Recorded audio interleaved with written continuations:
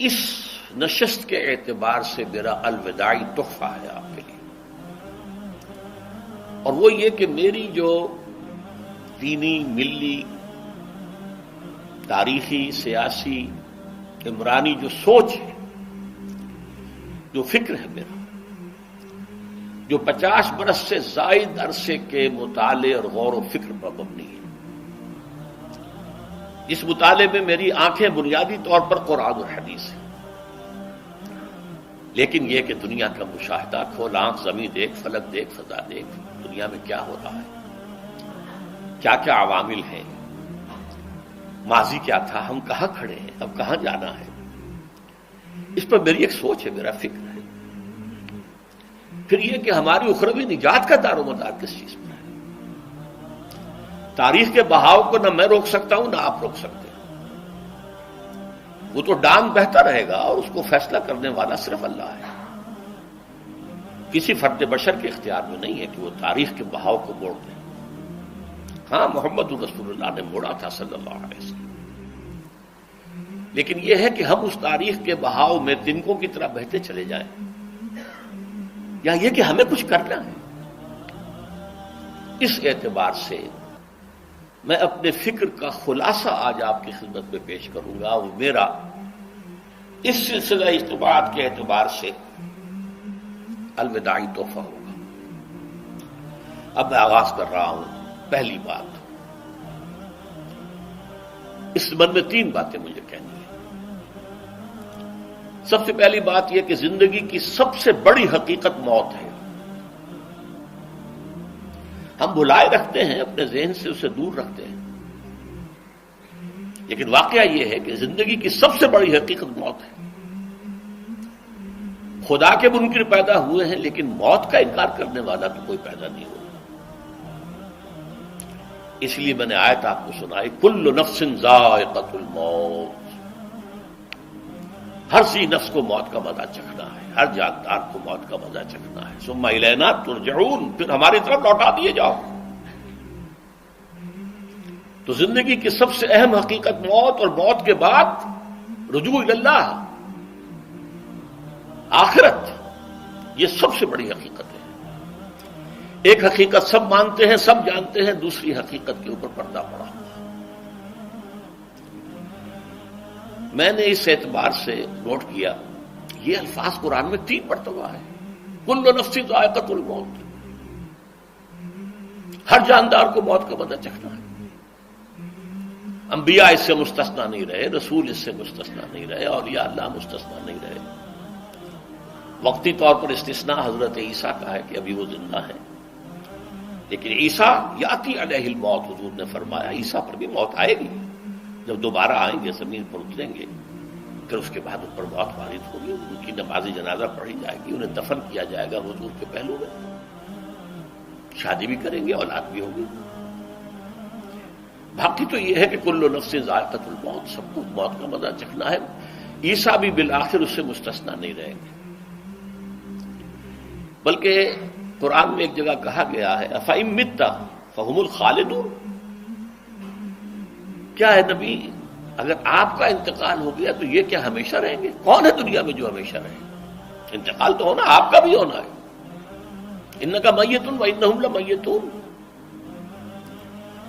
یہ تو مختصر ترین الفاظ تھے۔ اس سے آگے بڑھیے، سورہ انبیاء میں فرمایا کل نفس ذائقۃ الموت وَنَبْلُوكُمْ بِالشَّرِّ وَالْخَيْرِ فِتْنَةً وَإِلَيْنَا تُرْجَعُونَ، ہر جاندار کو موت کا مزہ چکھنا ہے، اور اس سے پہلے پہلے ہم تمہیں آزماتے رہیں گے، خیر کے ذریعے بھی، بھلائی دے کر، صحت دے کر، دولت دے کر، اولاد دے کر، شہرت دے کر، اور برائی کے ذریعے سے بھی، تنگ دستی دے کر، بے عزتی دے کر، اہانت دے کر، ذلت دے کر، وَإِلَيْنَا تُرْجَعُونَ، اور پھر ہماری طرف لوٹائے جاؤ گے۔ یہ وہ دوسری حقیقت جو میں نے کہا کہ جس پر پردہ پڑا ہوا ہے، بہت بڑا پردہ ہے۔ لوگ یہی سمجھتے ہیں کہ یہی دنیا کی زندگی ہے۔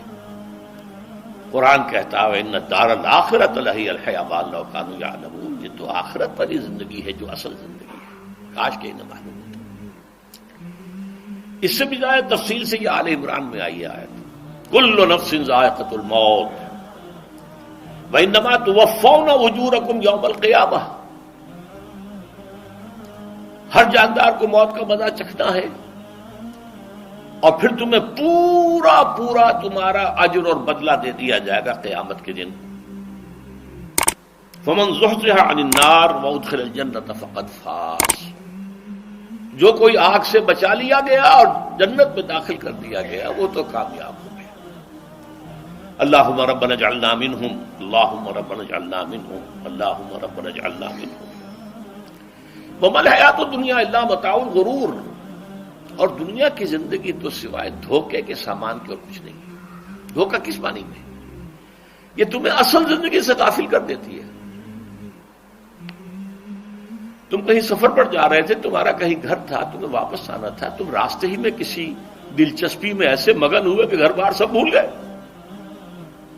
یہ تو تمہارا عارضی سا سفر تھا، تم نے اسی کو اپنی منزل بنا لیا، اپنا ٹھکانہ بنا لیا، تو دھوکہ دیا اس نے تمہیں۔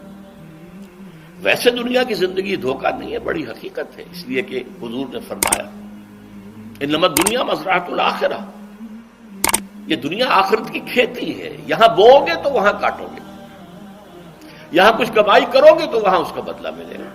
اس اعتبار سے دنیا بہت بڑی حقیقت ہے، ایک ایک لمحہ بہت بڑی قیمتی شے ہے، لیکن اگر یہ دنیا تمہیں آخرت سے غافل کر دے تو اس سے بڑا دھوکے باز اور کوئی نہیں۔ یہ اصل دجال ہے۔ میں نے تقریباً 60 برس کی عمر کو جب میں پہنچا تھا تو موت کا انتظار شروع کر دیا تھا۔ میرے قریبی احباب کو معلوم ہے، میں کہتا رہا، یہ بھی کہتا رہا کہ بھائی میں اپنے حصے کا کام کر چکا ہوں، جتنی صلاحیت اللہ نے دی تھی، جتنی بھی میرے اندر استعداد تھی، میں اس کو بھرپور طریقے پر استعمال کر چکا ہوں۔ دم واپسی برسر راہ ہے عزیز و اب اللہ ہی اللہ ہے، یہ میرا معاملہ رہا ہے 60 برس کی عمر سے۔ اس کے بعد اللہ نے مزید 14 برس دیے ہیں، یہ نافلۃ لک کے درجے میں کہتا ہوں، اس کا اللہ کا عطیہ خصوصی ہے، نفل ہے، ہمیشہ کہتا رہا ہوں۔ مسنون زندگی تو 61 برس ہے ہمارے حساب سے۔ علامہ اقبال کے بارے میں سنا ہے کہ رویا کرتے تھے کہیں میری عمر حضور کی عمر سے زیادہ نہ ہو جائے۔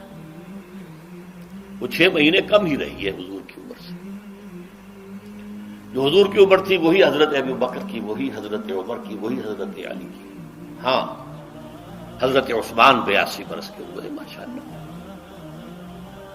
پھر یہاں کے مجددین میں سے وہی عمر حضرت شیخ احمد سرہندی کی، وہی شاہ ولی اللہ دہلوی کی۔ ہاں، شیخ عبدالحق محدث دہلوی رحمۃ اللہ علیہ 82 برس کے ہوئے۔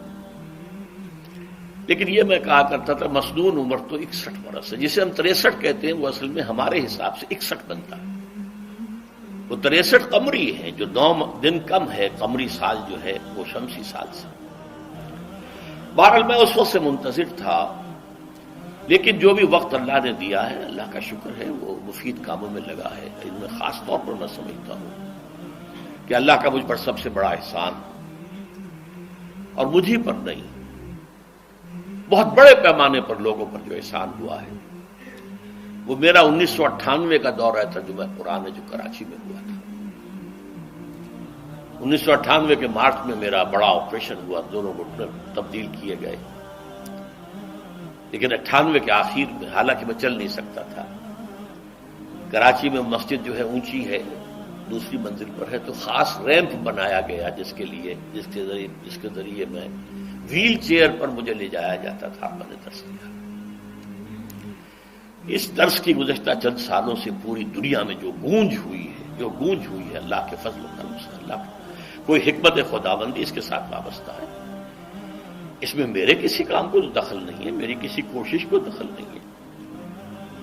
میں نے تو جو درس میں دیتا آ رہا تھا 85 سے دورہ ترجمہ قرآن، البتہ یہ بات ضرور ہے کہ میں نے محسوس کیا تھا کہ 98 کے اس درس میں دورہ ترجمہ قرآن کے مجھے خصوصی انشراح حاصل تھا۔ میری ساری گفتگو کا حاصل کیا ہے؟ دیکھیے، نظریاتی تحریکوں کا تعلق اشخاص سے نہیں ہوتا، ٹھیک ہے، کوئی اس کا داعی ہوتا ہے، کوئی اس کا مؤسس ہو جاتا ہے، کوئی اس کا آغاز کرنے والا ہوتا ہے، لیکن نظریاتی تحریک افراد سے وابستہ نہیں ہوتی۔ افراد آتے چلے جاتے ہیں اپنا اپنا حصے کا کام کر کے، جس کو جتنا مقدر ہے، جس کی جتنی اللہ تعالیٰ کی طرف سے توفیق ہے، وہ اپنا کام کرے گا، چلا جائے گا۔ یہ چمن یوں ہی رہے گا اور ہزاروں جانور اپنی اپنی بولیاں سے بول کر اڑ جائیں گے۔ مبارک ہیں وہ لوگ جنہیں قرآن کی بولی بولنا نصیب ہو جائے۔